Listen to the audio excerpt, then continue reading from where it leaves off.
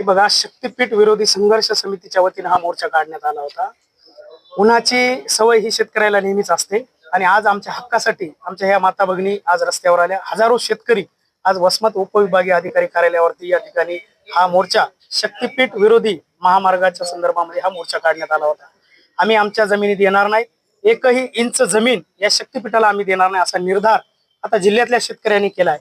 आणि या शेतकऱ्याची ही एक वज्रमूठ आणि हा एल्गार आम्ही या ठिकाणी उपविभागीय अधिकाऱ्यांना भेटून आमचं निवेदन दिलंय, आमच्या हरकती दिल्या. हजारो हरकती आम्ही आज या ठिकाणी आणून दिलेली. पुढची भूमिका आम्ही लोकशाही मार्गाने आंदोलन मोर्चे करतोय. याच्यात जर आम्हाला काही आश्वासक या ठिकाणी जर शासनानं पावलं उचलली नाही तर आम्ही रस्त्यावर उतरू, रास्ता रोको आंदोलन करू आणि उपोषण करू. लेकरा बाळासहित आम्ही रस्त्यावर बसू अशी भूमिका आता शेतकऱ्यांनी ठरवलेली आहे. आंदोलनादरम्यान भाषणादरम्यान वक्ता म्हणाले की राजू शेट्टी कधी येतील ते काय राजू शेट्टी येतील. खरं तर आजच ते येणार होते या मोर्चाला, परंतु त्यांचा नियोजित दौरा होता आणि त्यांच्या तिकडेही सभा होत्या, परंतु ते त्यामुळे काही आले नाही.